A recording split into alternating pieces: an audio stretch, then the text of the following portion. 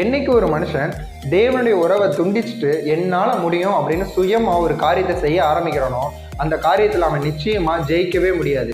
சங்கீதக்காரனாகிய தாவீது சொல்றாங்க, எனக்கு ஒத்தாசை வரும் பர்வதங்களுக்கு நேராக என் கண்களை ஏறெடுக்கிறேன், வானத்தையும் பூமியையும் உண்டாக்கின கர்த்தரிடத்திலிருந்து எனக்கு ஒத்தாசை வரும் அப்படின்னு சொல்லியிருக்கு.